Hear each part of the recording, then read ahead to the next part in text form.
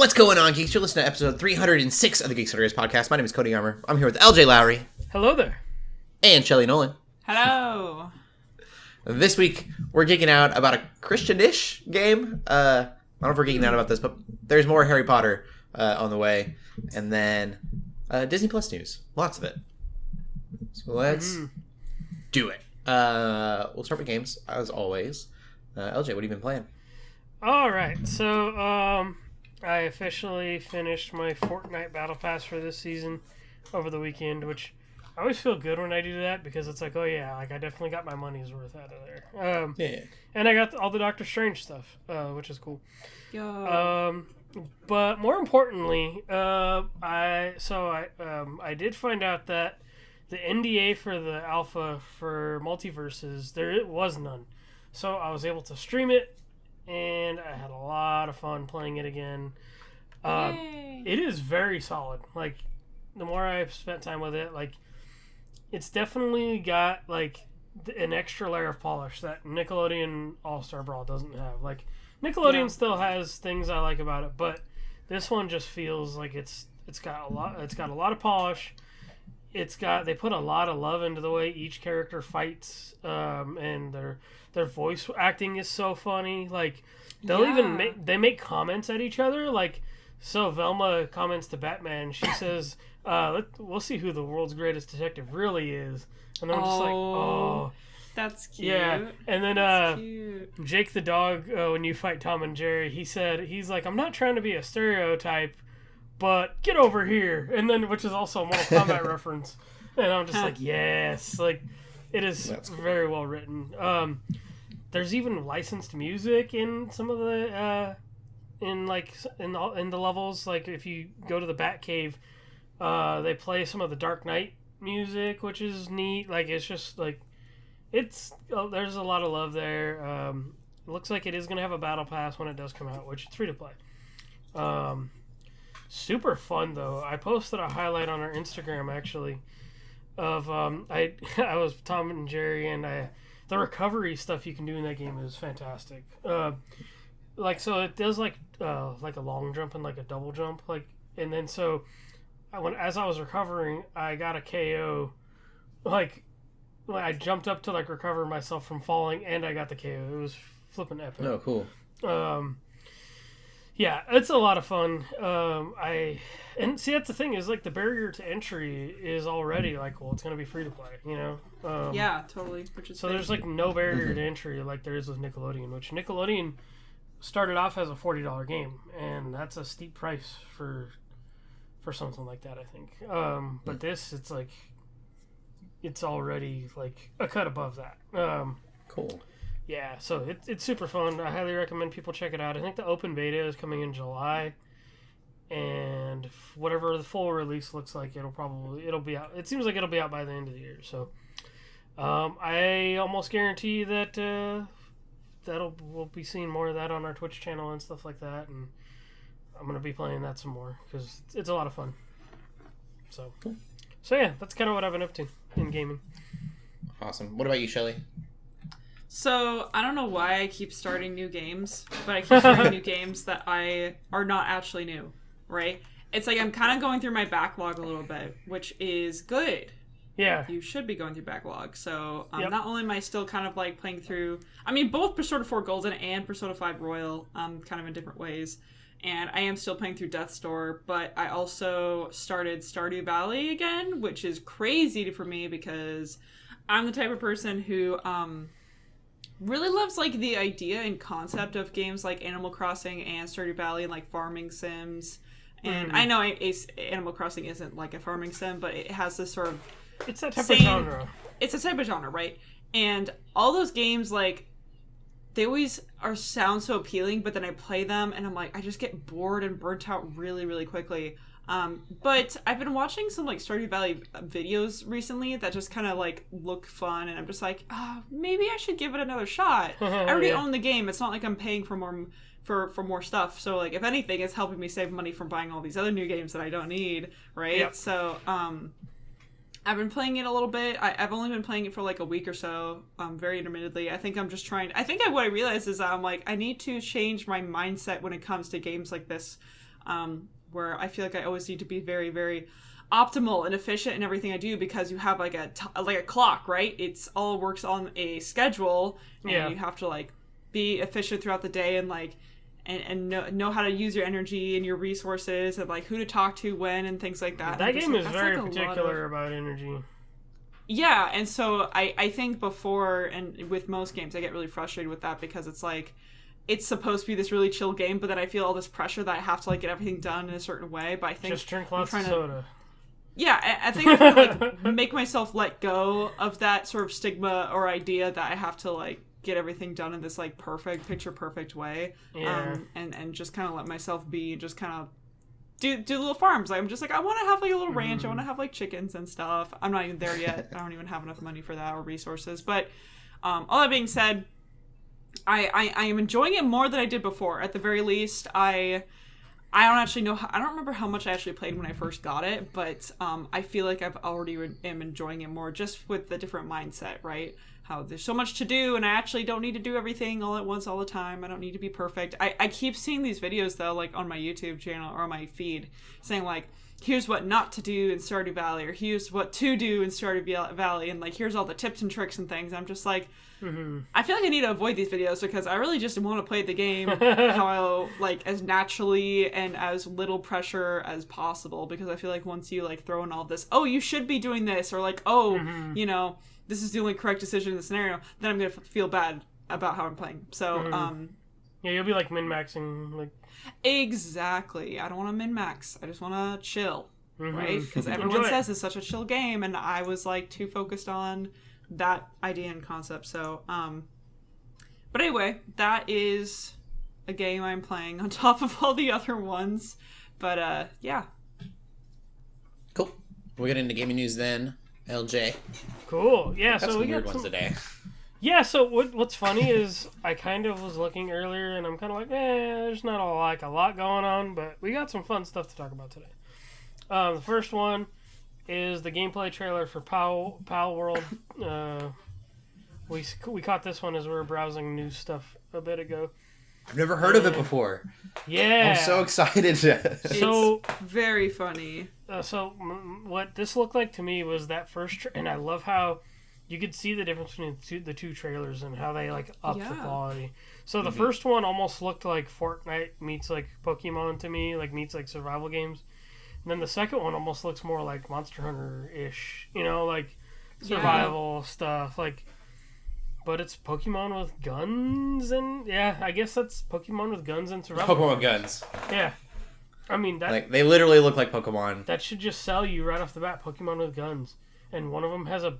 There's one part where one of them has a big minigun, and I'm like, yep, I'm sold. It just looks so when he says guns, I mean like the trainer or whatever you want to call this character. The person that you were playing is the one with the gun and is shooting Pokemon. Oh yeah, they literally, there's a shot where I was like, oof, when they like blast that one with an arrow. I was like, dang. Yeah. It doesn't look super gory. It looks ridiculous and fun. Yeah. I guess like as I'm saying, we're talking about it. I'm like, that could sound like a really gory, dark thing.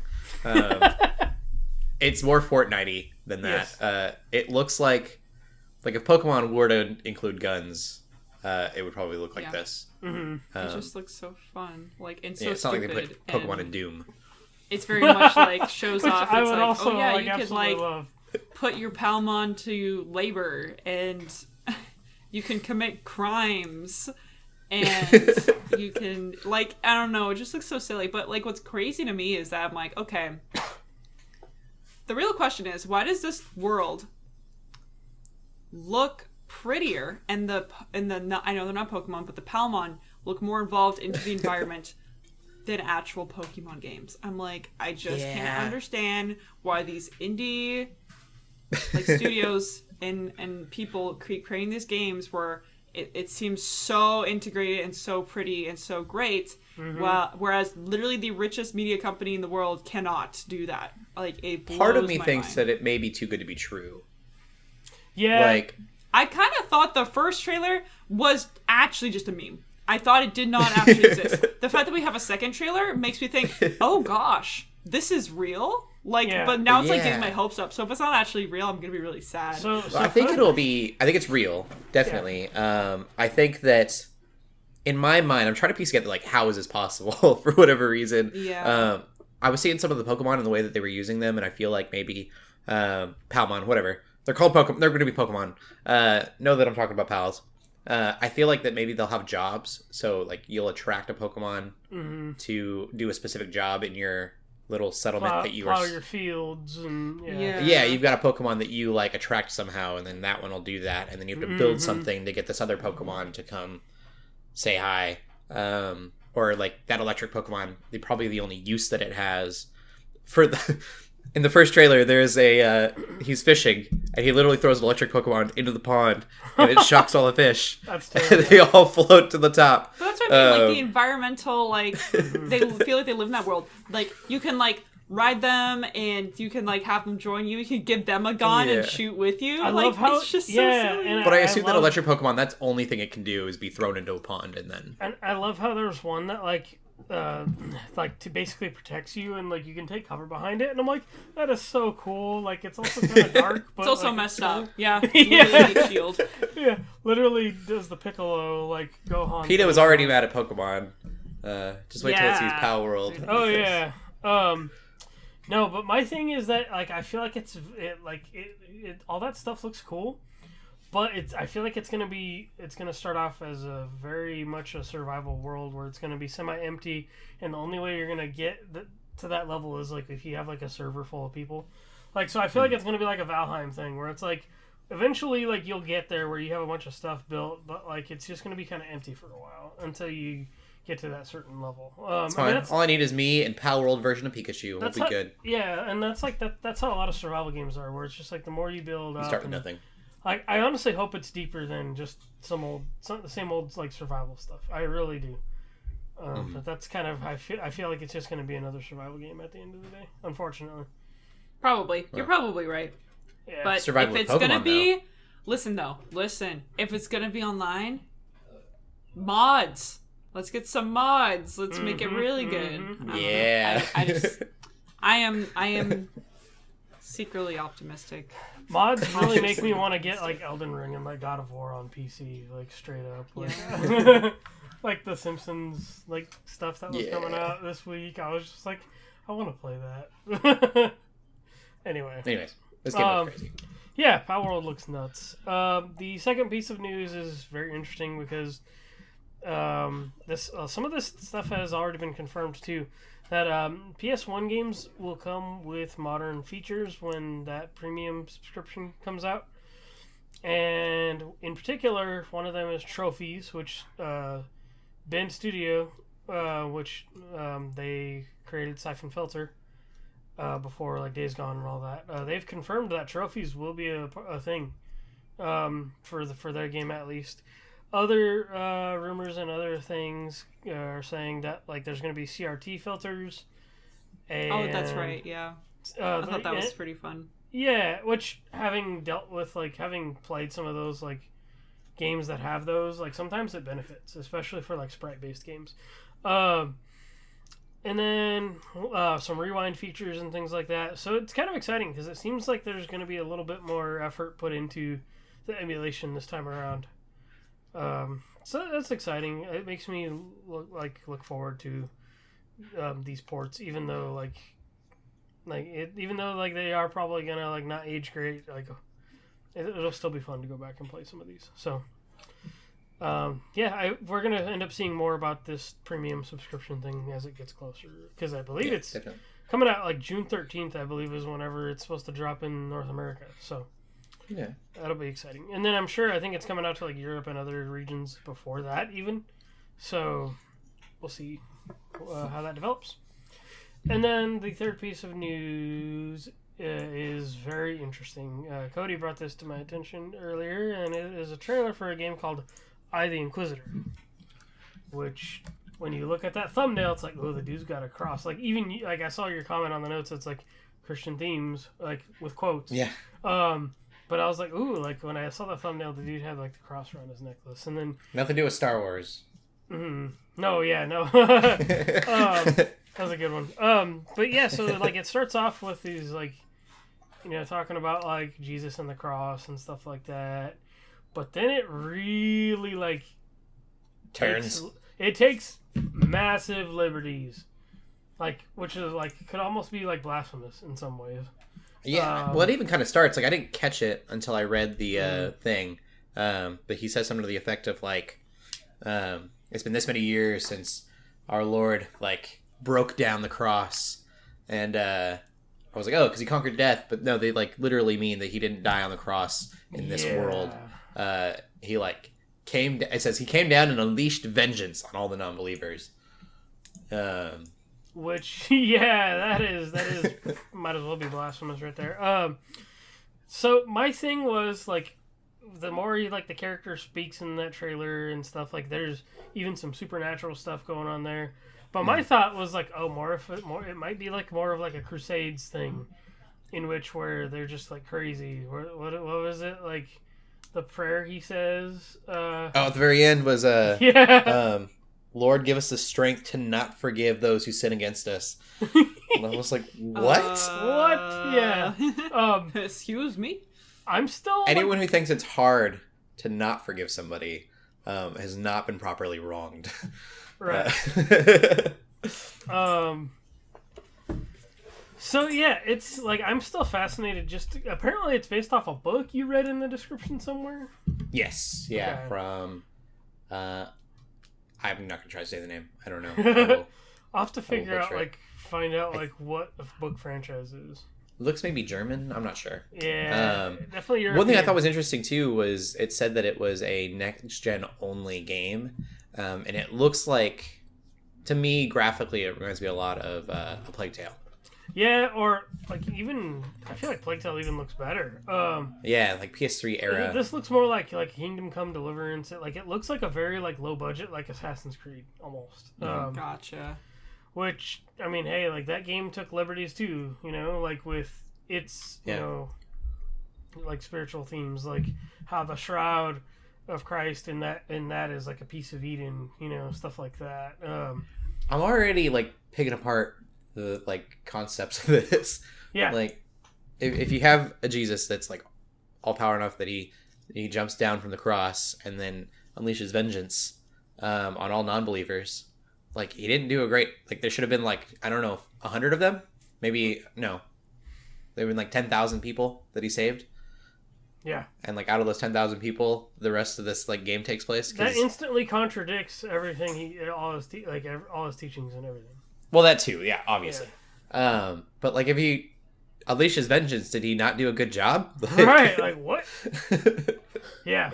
I'm still it's fascinated by, the game doesn't really look very good, but I'm still kind of weirdly fascinated because it's I want to know the story, right. Yeah. It's not often we get themes. I'm gonna say that with a big quote, themes.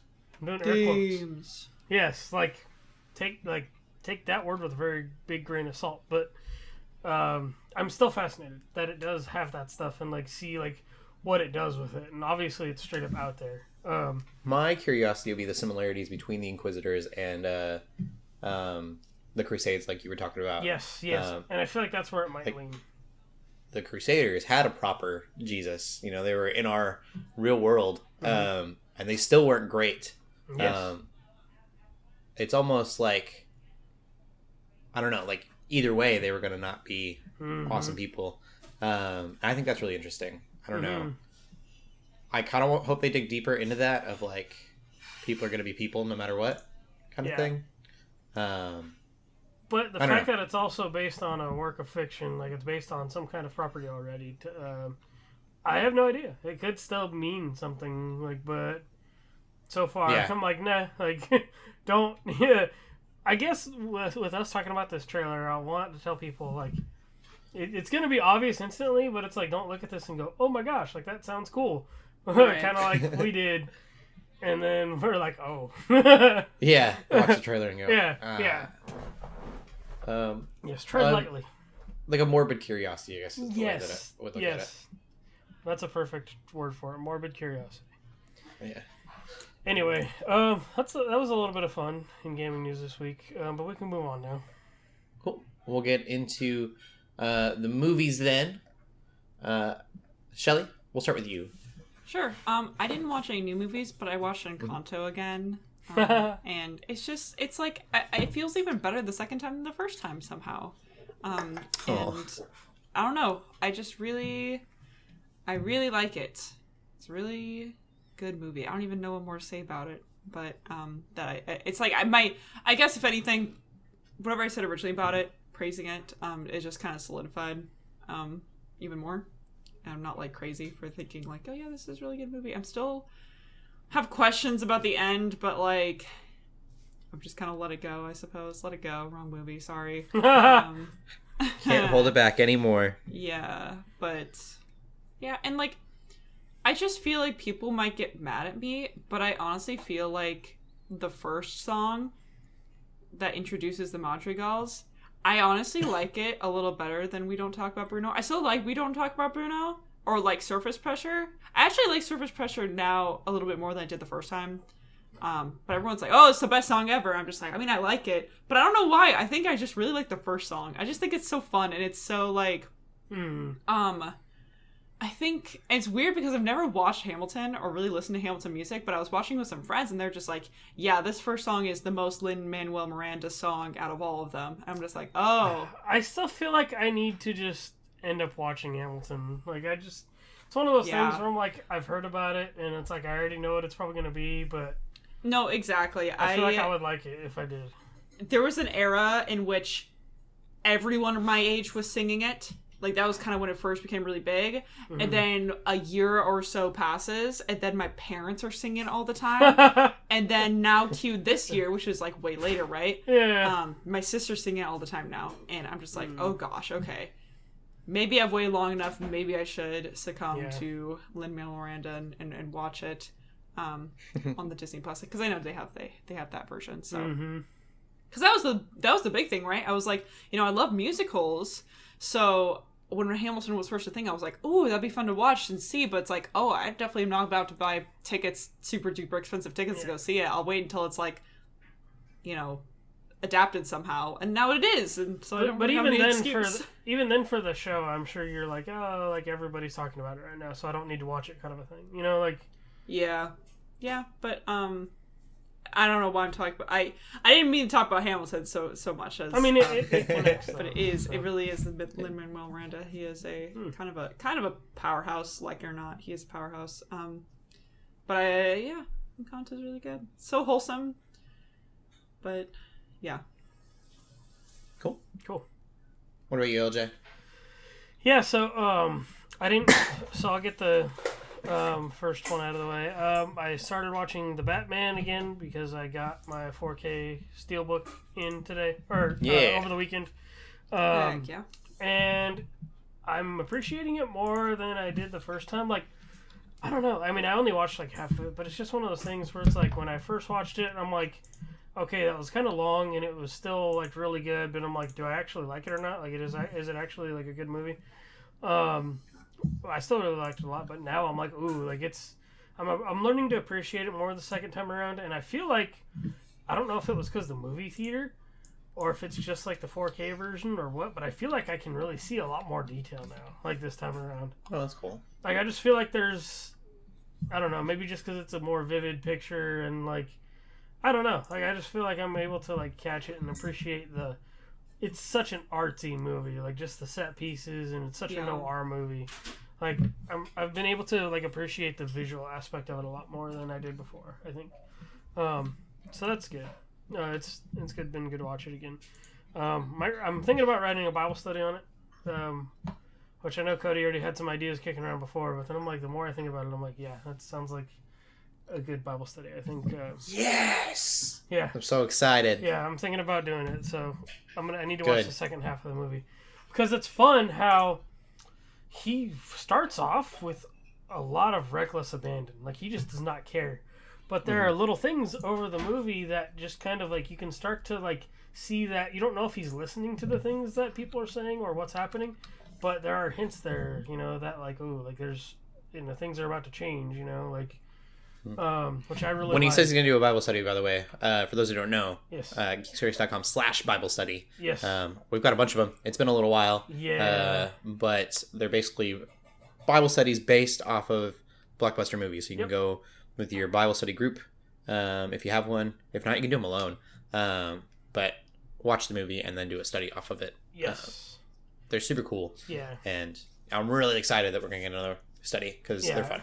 And that's why I'm like, they really start to throw the breadcrumbs in there. Like, that ends up leading to how his character changes in the end of the movie. And I really love that. Like, it's fairly early on. Like, it feels like. Like, honestly, he's got one of the best Batman character arcs, I think, like, in a Batman movie. But, anyway, I didn't want to talk about Batman as much because I did also watch Chip and Dale Rescue Rangers. Yeah. Oh, yeah, people are talking about it. Absolutely wild. There's a lot of references, and a lot of the discussion is, oh, how'd they get away with all this? And it's because of, I've heard it described as like, oh, it's because it's all parody.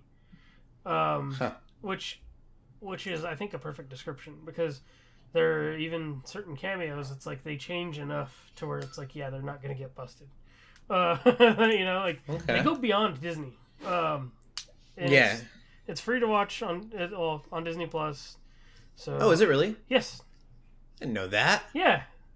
It's a Disney Plus exclusive release, which I almost feel like they should have tried to. They definitely thought it was a theater release. That's crazy. Yeah, so I almost feel like they should have took the gamble and put it out in theaters, because the more people would have talked about it, I feel like the more people actually like would have went to go see it. Like, I know like COVID is still a thing, I guess. I mean, I hate to say it that way. I don't mean to sound rude, but like, I don't know.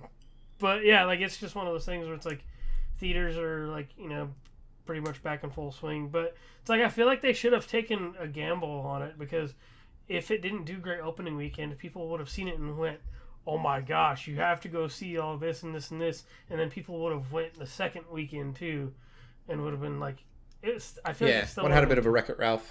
Yes, it still would have been talked about. But I liked it. It's like, if it didn't have those things, like if it wasn't the spiritual, it feels like the best spiritual successor to like Roger Rabbit. But I feel like if it didn't have all those things, like, it would have been just an alright movie. But it's a fun watch. Like, there's no excuse for people to not go watch it, because it's on Disney Plus. Like, I guess if you don't have a Disney Plus subscription, then like, yeah. But I feel like most people do these days, as far as I know. So yeah, go watch it. I recommend it. It's a fun ride, and it's funny. Like, it's pretty out there. So yeah, those are my thoughts on Chip and Dale. I just get so nervous with, oh yeah, it has all these references. I just get nervous. I don't. It's like, yeah. It's like, just, does that make it a good movie? Yeah. And that's my thing with, like, the references in it don't make it necessarily like this amazing movie. Like, it's good and it's absolutely fun. But, like, I was talking to a couple of friends about this. Like, I would not give it above an 8, because without all the fun references and stuff like that, it would have just been a alright movie. Like, I'd give it like a 7.5. Plus, how does it if you would put it side by side to Roger Rabbit? Also, I will say it succeeds where Space Jam did not. Okay. How does it compare to Roger Rabbit? How does it compare to Roger Rabbit? Yeah. Because that's definitely what I think when I see the trailer for this. Roger Rabbit is interesting because that has like the whole separate like Toon World and stuff like that, but this is all just in the mix. It's just like somebody stuck a bunch of things in a blender and just hit the power button and just let it go. Like, cool. Probably 80 to 90% of them are like visual references too, or just like little like nods. And there's a lot of them, but there are some very clever ones too. So it's worth a watch. Like, cool. I'm not gonna say it's a. What if you've never watched Chip and Dale and have no emotional connection with them? I think you're still okay, because like there's gonna be definitely references and nods to that. Okay. But like I barely remember. I mean, I remember watching it as a kid, but like I don't remember like super like detailed things about it. Gotcha. Like, there's a fun nod where it's like, I think they show like one of the NES cartridges to like one of the games or something. Oh, that's fun. Okay. Yes. So like there's just, I feel like if you have a baseline knowledge of what Chip and Dale are supposed to be, then like you'll get some of it. How basically like one of them is dressed like Magnum PI and the other one's like Indiana Jones, you know, like stuff like that. Like, yeah. So it's worth a watch. Okay. Mm. And then I watched Northman finally. Ooh, how'd you like that? I'm curious to know what you thought. It was good. I enjoyed it. I think.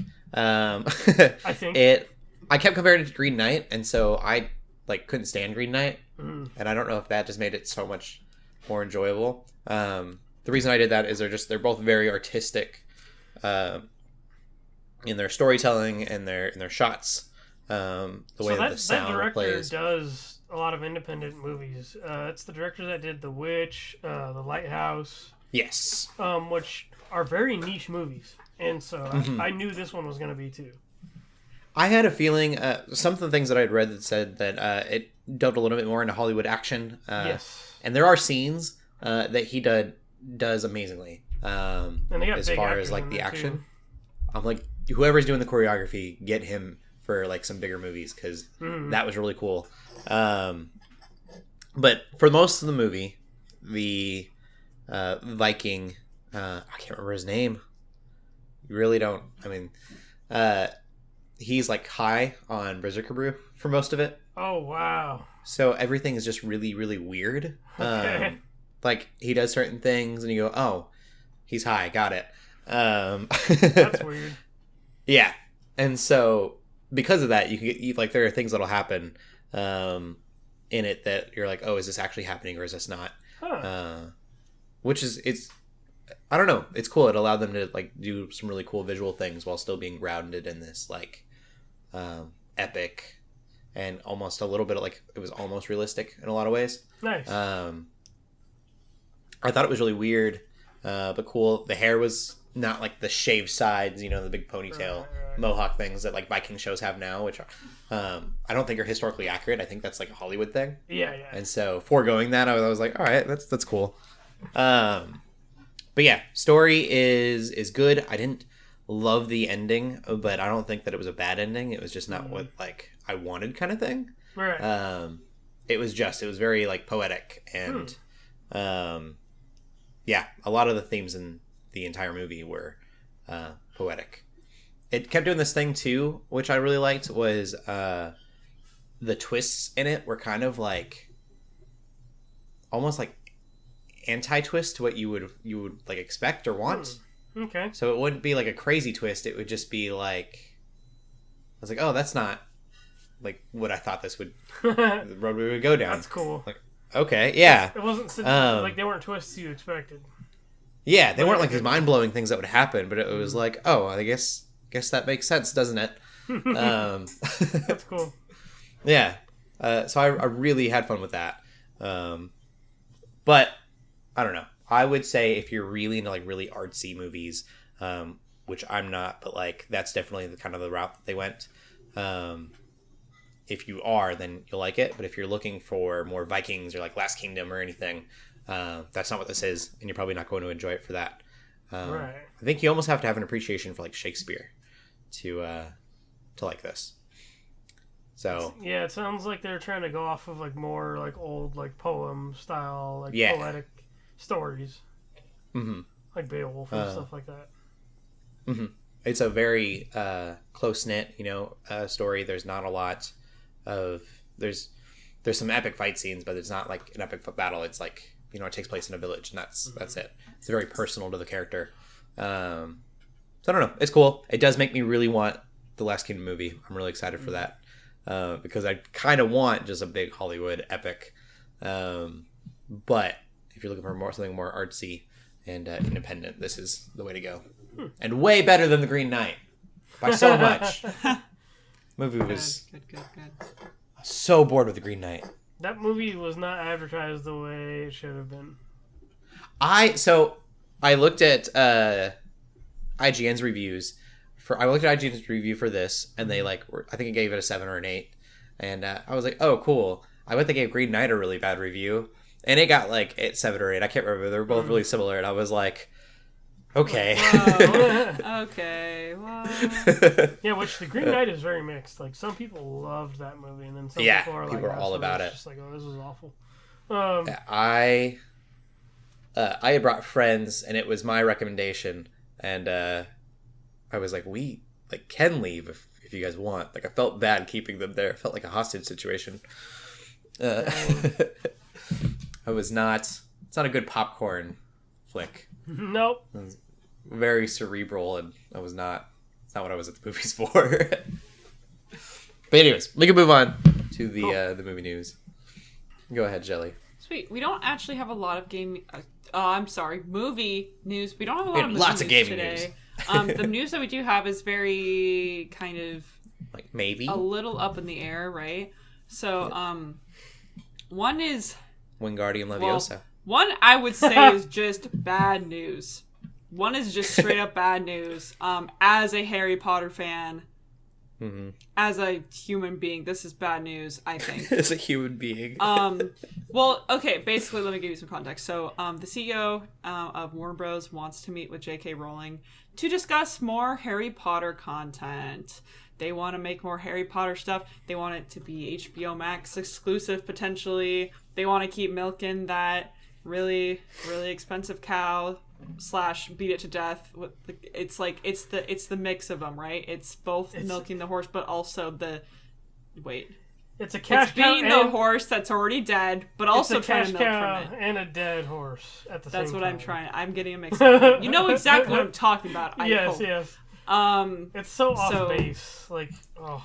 Yeah, but it's like, as a Harry Potter fan, and I know Cody, you're big in Harry Potter too, but it's like it's we don't like J.K. Rowling anymore, okay? So like, let's stop this, and also like, we have been proven time and time again, giving her more opportunities to create more weird Harry Potter lore is always bad. Like, it's always a bad thing. Oh my gosh! If they give it, if they let fans get a hold of it, or somebody who's like a big fan, and just kind of run with it and do their own thing, that'd be amazing. Which I think, and correct me if I'm wrong, I think that's what they're doing with Hogwarts Legacy. Like, they made it a point many times that like they're not working with J.K. Rowling on this. You know, despite all these people think that that J.K. Rowling is being, worked with on this. There are people that are like, she's still going to get royalties anyway, which makes sense, I guess. Sure, I guess so. I guess that's a little unavoidable, but for me personally, I care more about, like, she's not working on it, but it's really inspired by the books.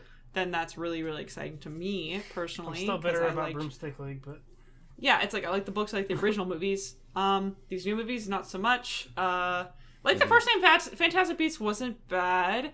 But no, it's like, I liked it. I bought it on Blu-ray because I was like, this is really good. Like, I want more of this. It needed to end there. It started there and needed to end there as well. And they keep even that for me, it felt very like, it just felt so different from a Harry Potter movie. In a good way. Well, for me, no. Like, I didn't even like the Fantastic Beasts, the first one, just because it felt so. This is going to sound so contrary to what I was just talking about. But it had such a Hollywood epicness to it. Like, the whole world's going to end because of this thing that's happening. Yeah. And it just, like, I would care more about... I would have rather, like... I haven't read The Cursed Child. But I would have rather the Harry Potter, like, sequel. Where Harry's an adult than I would have, like, a prequel. Don't read it. Yeah, I've heard that it's terrible. That's why I haven't. But yeah. I don't know. It just kind of... I liked it. I liked the animals, and I love Eddie Redmayne. Eddie Redmayne carries. He carries. Yeah. In any movies he's in, honestly, but like especially that movie, like he's one of my favorite actors. So of course that was honestly, it was like the fact that it was Harry Potter was more of a cherry on top for me. It was kind of just like, I was like, oh cool. and that's what I liked about it too. Like, it was Harry Potter adjacent in like in a good way for me. Yeah, but part of my frustration might be too. I've shown you guys the book that it's based off of is like thinner than my thumb, so small. And so I think like The Hobbit bugs me because it's 3 movies and it's this like one little book. And then they were like, "You think that's bad? Let's show you." It's so silly. I really hate it. It's like, I really do think they should have leaned more into the fun magical animals thing, but no, you're right, Cody. They really had to go with, we have to introduce this big giant like thing that's going to be really threatening, but we also need to tie in this extra history that was introduced in Harry Potter, but like and usually that is interesting, but it just hasn't been good the way that's actually been done. It's been bad actually, and it keeps getting worse, I think. I guess it doesn't really have anything to do with Fantastic Beasts. Yeah, and that's what it feels like.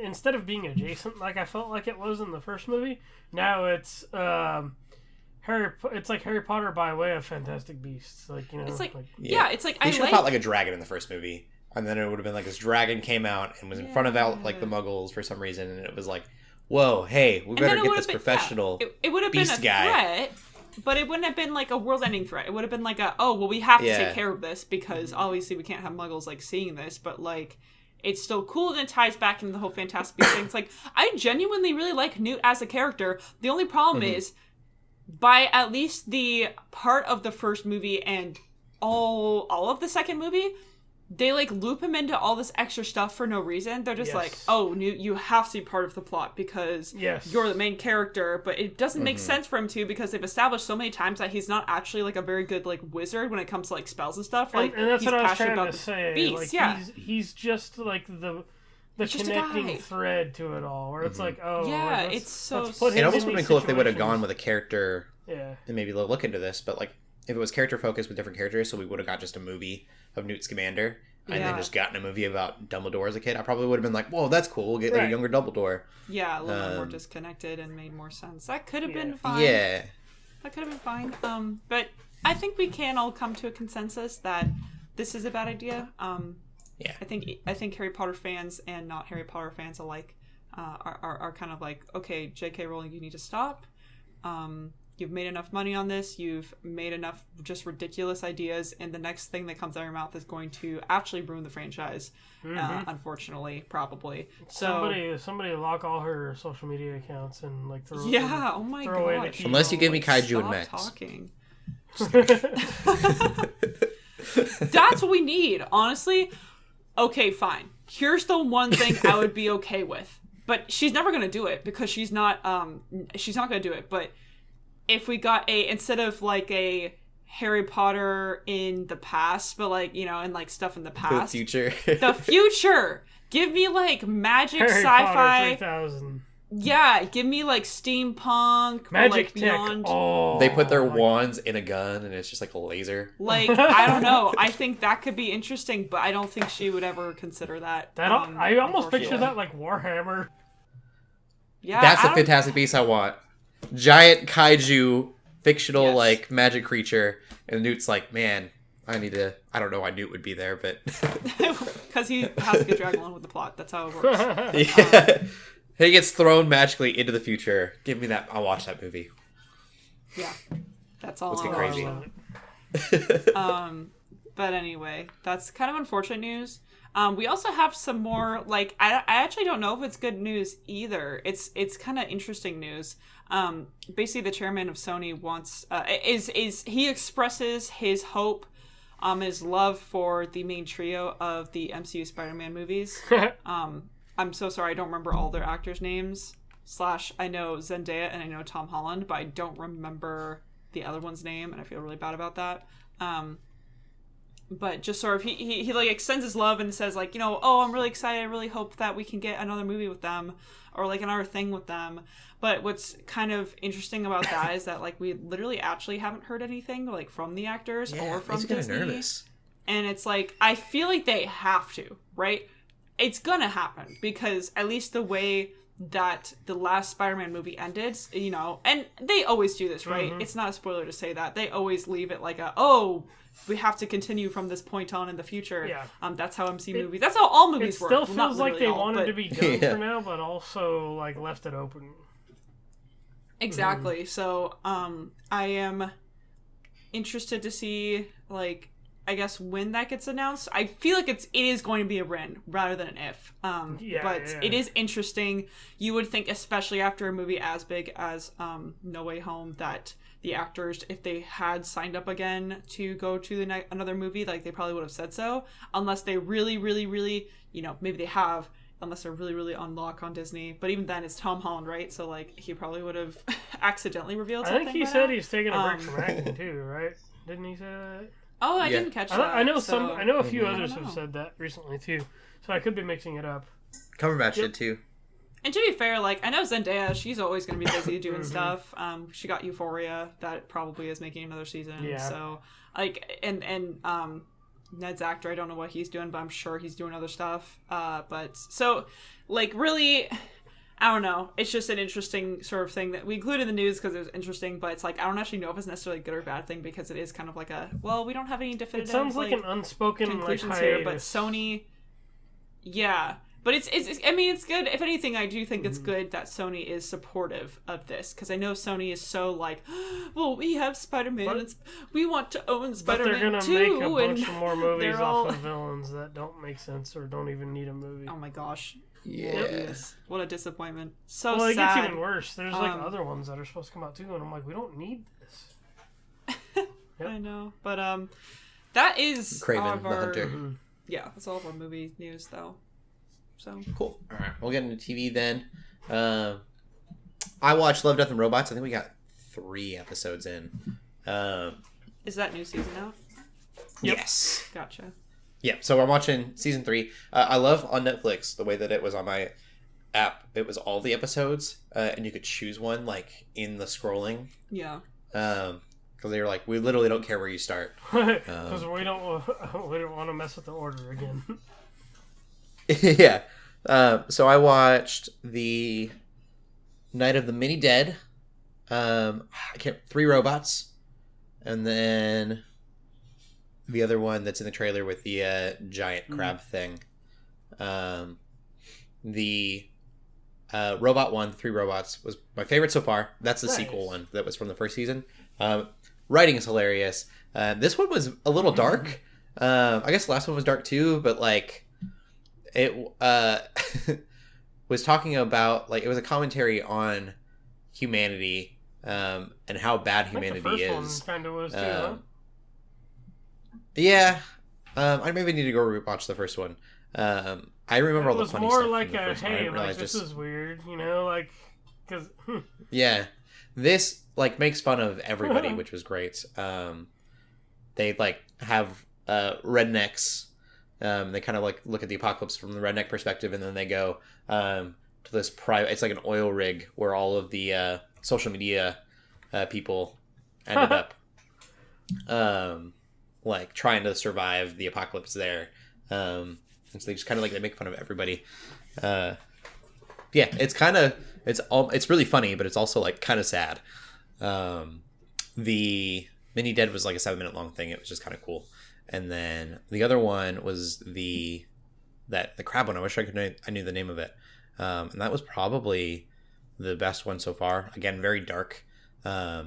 Someone, I think it was Netflix's official Facebook page or the NX thing that they have, the geek thing.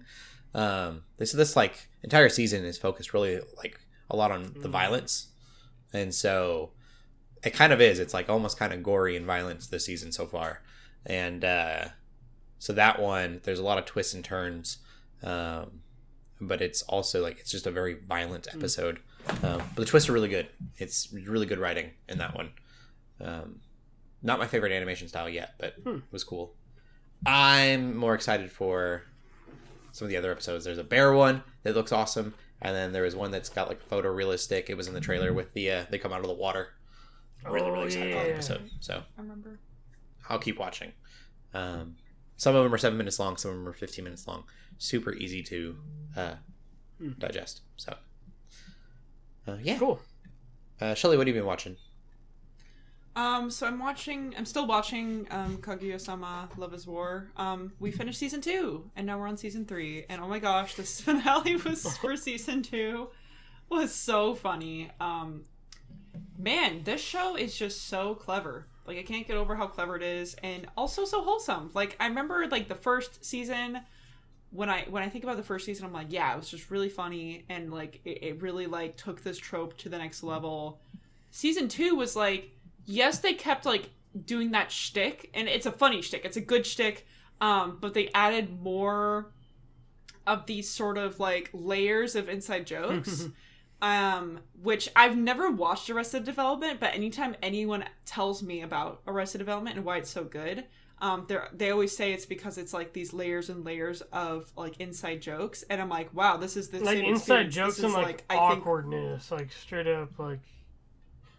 Yeah, that's true. But I think as far as like the inside jokes and like the layers of it and the fact that it keeps getting brought up in future episodes, that's very much evident in the show, and it's very fun and very clever. You kind of just like, oh my gosh, like because of this. That's so funny. But it's like, so it's even less so. It's like it's that, which is great, but it's also just like really wholesome. Like I got like sad and then like really happy, and like because like there's character development. There's crazy awesome character development and arcs in the show. Like I signed up to watch a stupid comedy. But it's like a smart comedy that cares about its characters and these arcs that actually continue and builds on itself. And, it's not just like every episode's its own thing. It's like they build off each other. It's literally, it is, following that timeline. So like, man, it's so good. So we are in season 3 now. We're only like 1 or 2, maybe 3 episodes into season 3, and I don't know how long it is. But yeah, still definitely my favorite anime. I still highly recommend it if you have Crunchyroll. I don't know what else it's on. I know it is on Crunchyroll. Well, I mean, it's probably still on Funimation, but Funimation's out the window, or pretty soon. For sure, yes. Agreed. But yeah, it's just like, I feel like my favorite character changes like every 3 episodes or so. And that's how you know that like you have a really good show going with really good, like really thought out characters, because really it only focuses on like this small group of people. It's about this student council. Like the first season, really it felt like it was just about these 2 characters who have these like intense crushes on each other, trying to get the other person to admit their feelings first, right? But then it's like season 2, it really felt like no, it's about this group of people, the student council, right? Because it's between the president and the vice president of the student council of this high school. So they already had the 2 main characters like pretty fleshed out. They start going to the other characters, and then you get to see this like just super duper wholesome like dynamic between these like friends. And it's just like makes my heart so full, because I'm a big like wholesome anime fan. Like my other favorite anime, which I still think Love is War tops, but like right below, like second place probably is still Horimiya, which like is like probably the most wholesome anime I've ever seen. I watched some of that and I really liked it too. Oh, I love Horimiya. So, anyway, yes, I recommend it very much. I'm still going to keep watching. I have no idea how many seasons it's going to be. I've heard that the manga, like, is crazy long, which is like, oh, cool. That means we'll get more anime, but at the same time, I am also kind of a fan of, like, not shorter seasons, but, like, less seasons for shows. Just, like, making it, like, a complete... Like, yeah, like a complete story. I think of like Death Note and like Unlimited Blade Works and stuff like that. Like Gurren Lagann, like some of those shorter anime are like some of my favorites. I fully agree. Because like, but at the same time, if it's going to go long, as long as it's following a manga, like that makes you feel better. It's always when anime goes off the rails and has nothing that it's like pulling from and decides to just pull stuff out of its butt. That's when I start to not like anime. If it's still based and grounded in something, like manga that has been out for a while, then like it's usually still gonna be fine. But anyway, that's I'm still kicking through that. Cool. What about you, LJ? I'll piggyback off of that real quick. I forgot to list Spy Family again on here. I think I might be an episode behind because they come out on Saturdays, and like I work on Saturdays and stuff, or at least the dubs come on Saturdays. But the most recent episode I watched was so good. Like, if you're talking about wholesome anime, so far Spy Family is that. Like I love it. I mean, it's the most recent episode I watched was amazing, and it was hilarious. Like. There's parts about that show that can make me laugh out loud, which is like, and it's super fun and innocent. So like, I'll have to watch the newest episode again. But it's super fun. So, still recommend it. The other thing I can finally stop talking about it. I finished Clone Wars. That felt like a journey. That took me a lot of years. Because I took breaks off and on and. But I finally got to the good stuff, and I finally got to the end. And it didn't, like, I thought it was going to be, like, because I heard it described that it was, like, heavily connected to episode 3, but it kind of isn't. Like, there's, like, hints at, like, timeline stuff, like, when the particular stuff in the last episodes is happening. And I really like that. And it shows things from another perspective that we never got to see. A perspective I don't think was super necessary. But also, it's like, I'm glad we got to see it. Because, like, there's parts where I feel like they could have just left it. Like, they could have ended Clone Wars, like, straight up, like, with where Ahsoka left. You know, like they could have just ended Clone Wars that way, and I would have been okay with it.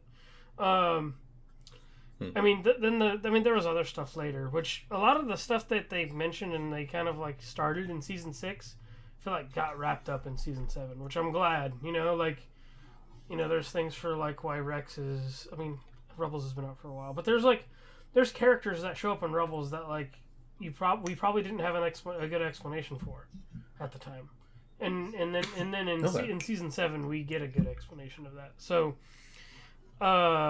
yeah, it's solid, and it was still kind of emotional. Like it's like, oh dang, like it definitely tugs. They got real good at cutting onions those last 2 seasons because it's like just stuff that brings tear to your eye. Yeah. Yeah.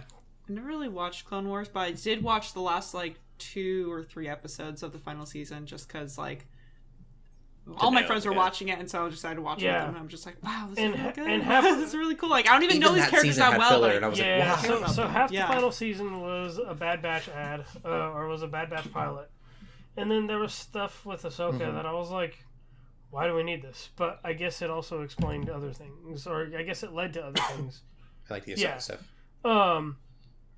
Yeah, it was good. It was a long journey, but I feel like the journey is worth it.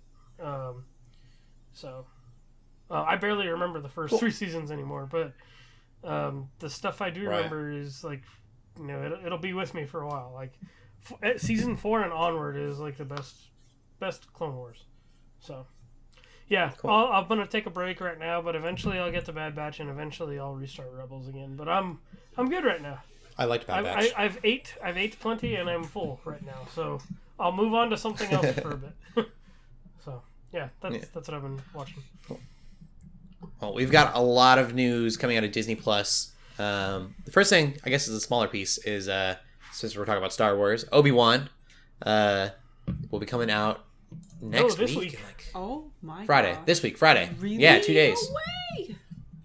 The same day as Stranger Things, so I didn't realize. So that's going to be a day. I thought it was going to be too long, and I'm scared, but that's another conversation. Yeah. And Obi-Wan is 2 episodes, I believe, is what we're going to get. There's going to be a lot of TV Friday. The 27th? Wow. I thought it was going to be Wednesday. Yeah, I thought so too. I thought it was a surprise. The director, Deborah Chow, is saying that she's comparing it to the Joker and Logan, that is very character focused. I think it's going to be a little bit darker than, I mean, it's not going to be like the Joker dark, but hopefully a little bit darker than Boba Fett and the Mandalorian in different ways. And I think it will be. I'm really excited for a tone change. And the way that stuff, like even in Clone Wars, I'm gonna bring it up. I'm gonna bring up Clone Wars again, probably one more time. That's fine. I mean, you never know with Obi-Wan. I might lean heavy into that, but like the end of that show, like the last couple seasons are so dark, and it's like that definitely feels like a dark time for like the galaxy. So like I hope they like kind of carry that in Obi-Wan. Yeah. Even in the trailer, it seems like he's carrying a lot, which I gotta see. You know, he helped with the end of the. He didn't help with the end of the world, but he trained Darth Vader, and we don't know where Darth Vader is in this. It sounds like he's kind of just starting, but I'm sure that anything that Darth Vader does, Obi-Wan's like, that's my fault.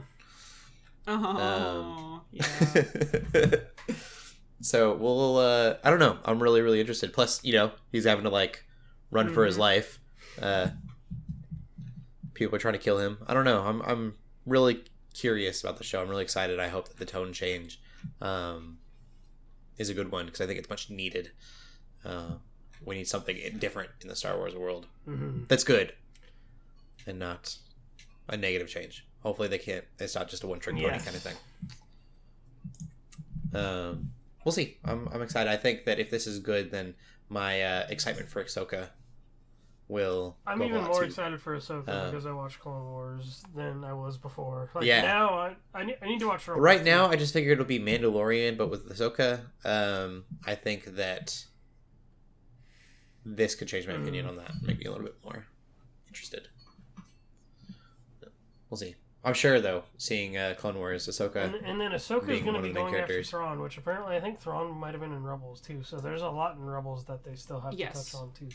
So it's like, I feel like Clone Wars, I was preparing for Obi-Wan, and then when Ahsoka comes out, I'm probably gonna have like that's probably how I'm gonna watch Rebels is like before Ahsoka comes out, then I'll watch that again. There you go. Mm-hmm. Cool. A couple other things. The She-Hulk trailer came out. Apparently, everyone hates it. I guess that I just like. For me personally, I don't have high hopes because they ruined Hulk when they made Professor Hulk in my mind. So like I'm gonna watch this, and I know that I'm gonna watch this, so I'm not gonna complain about it. I guess until I've watched it, and I'm really complaining. I know a lot of people think the CGI looks terrible, but I'm like, it's a TV show. I'm surprised that they're doing any CGI on a TV show. Yeah. And see, what's funny is people were giving crap to Doctor Strange about the CGI in that too, apparently, and I'm like, that was actually pretty good in most cases. Yeah, I feel like people don't know. Everyone's my complaints spoiled. about the trailer are not CGI related. Yeah. Like, it's like, I feel like up until this point, whether I've really, loved what they've actually shown in their trailers, like, I do have critiques about how they do their trailers in general. I think they do way too much doctoring, and it kind of is really annoying.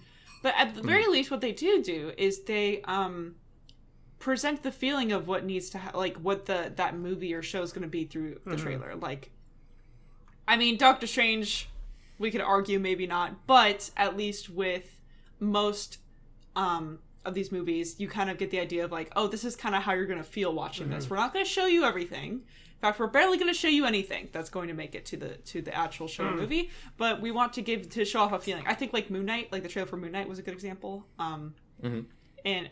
But so it's like, and as well as like Hawkeye, right? Like I didn't love Hawkeye as the show, but like it did set the tone. It was like in the expectation of like in the trailer, it's like, yeah, it's gonna be kind of like a Christmas like comedy type show, and this is kind of how you're gonna feel watching this. And I was like, okay, now I have that expectation. That's good to know. And then I went into the show and I was like, yeah, that makes sense. With this, I have no idea what it's going for. I have not a single clue. I'm incredibly confused. So the way I've heard it described as, which I'm probably gonna read a little bit of comics before this comes out, just so I have a better context. But I've heard that it's pretty spot on for She-Hulk's character, and like I guess like there's a lot of things that show does carry the spirit of She-Hulk as far as like the kind of life she lives. But also it sounds like they're channeling a lot of like primetime television with it, which I never saw this show because I was very young, but it sounds like they're leaning into a lot of like, there was a show back in the day called Ally McBeal, where she was an attorney and she was kind of like in the same like scenario.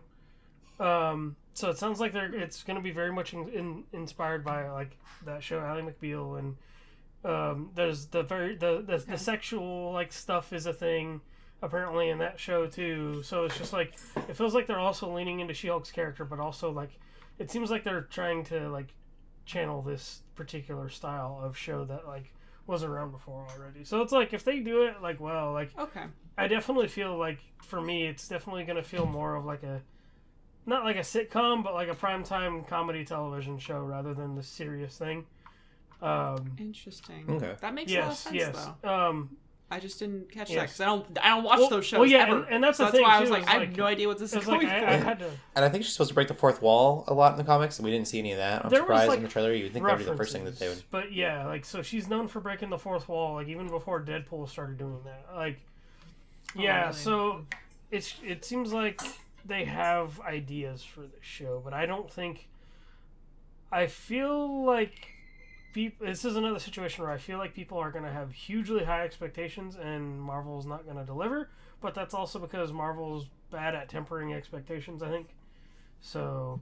Yeah. Well, everyone's mad at it, so maybe not. Oh, well, yeah. Maybe everyone's expected to be really low, and then it'll be amazing. Thing, which people are upset about, which I'm not upset. I'm not that upset about it because, like, I feel like I already know the angle they're going for. Like, I don't think they're trying to go for the super high budget angle with this show, which...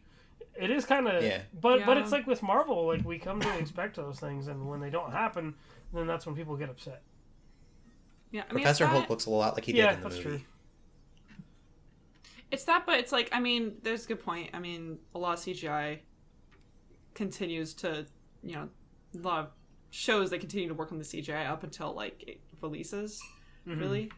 So it Yeah. probably will look. I don't know how much better it'll look in the More show actually polished. comes out. It probably won't even meet expectations, but it probably will actually look And better. it is awkward because she just looks slightly more muscular and taller and green. So it is awkward. Like, it really feels like It Yeah. is a it little- does She doesn't feel look like much they should stronger. have put more effort. I am mad. Apparently, one of the artists came out and said that they were trying to make her more muscular, and they told them to tone it down.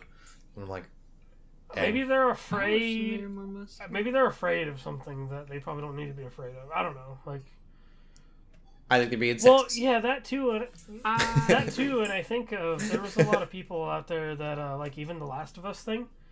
A lot, like with the Abby character, there was a lot of people out there that got real like they started throwing hate tweets and all these things and like started attacking that model and that actress because this character. Oh, because she was so and strong. yeah, like she wasn't this sexualized thing, like so, and that's what like y'all mentioned, like the sexist thing. Like it feels like they didn't want to, like they didn't know which crowd they wanted to please, and so they tried to do something in the middle, but everybody just ended up mad anyway. Yeah. Because of the CGI. So. Well, apparently Disney was listening because the very next day they released some news about Daredevil. They're like, don't be mad at us. Wow. I don't know if that's their thinking, but maybe they just planned it. But apparently, we've been talking about this for years now. The rumors that Daredevil was going to be picked up by Disney Plus. And I mean, I feel like it was pretty obvious, but it just now got greenlit. So it is happening. They are saying that it will be it'll be a continuation of the previous show, but it will be a new series. And so my assumption is Charlie Cox was really pushing for if he was going to do it, it'd be that 5-year gap caused by the blip. And so I think that's perfect. I think that allows him to be, I don't know if everyone wants this, but bigger than he was, he was a street level superhero like he is in the comics and the Netflix show. But now I think that he can kind of be larger than life and fight some bigger threats. Because it's been a few years and he is more established. I want the scene in which he experiences the blip and see like what that would look like from his perspective. Like to hear That'd be crazy. To hear just sounds go away or just hear them fade, like to be like, wow, like the world is strangely quiet all of a sudden, like. It'd probably be really calming for a minute till you realize what was happening. Like I want that scene now. I really do. Like it'd be a trip. Yeah. That would be cool. Yeah, I don't want him to be like choreographically like capable of doing more, but bigger threats I think would be cool. Part of me wants that, and part of me is like it was such a close knit, beautiful story in the first 3 seasons that I hope that they kind of hold to that. But I don't know, seeing him kind of team up with some bigger characters would be cool. I think. I think if you want that, we already have that in the last 3 seasons. So I don't know. We'll see. There's no release date or anything. It's just been announced that it is happening. Which, like you said, like I don't know if it was a reaction to She-Hulk, but my hot take is that Matt Murdock's probably not going to be make an appearance. So that they're probably like, oh, I bet he will be. Yeah, I mean, he most likely will name. be, but that's one of those things where I can see it not actually happening, like for some reason. Just because Marvel's okie doked us like that before. I would But assume then it's a they name don't, drop. I which don't know. was We'll also see. crazy because then I think like, oh no, they're not going to do it, and then it actually happens, and I go, oh okay. Like I love being wrong, but I wouldn't keep put your it past expectations Marvel. Yeah. grounded. But yeah, that's TV news. We will end the podcast there. You guys geek it out about anything else this week? Nope. All right. Well, then, Shelley, where can they find you at? You can find me on Twitch, twitch.tv/Geeks Under Grace. I am kind of taking a break right now, but I usually stream Tuesdays. And then you can also find me on Twitter at TheShellshock24. Cool. And You LJ? can find me on Twitter, Instagram, and TikTok at LJ the Paladin, and you can find me on twitch.tv/Geeks Under Grace on Fridays. Yep. Cool. And you can find me on Instagram at Cody Armour. Keep gaming, keep praying, and God bless. Bye-bye. Peace.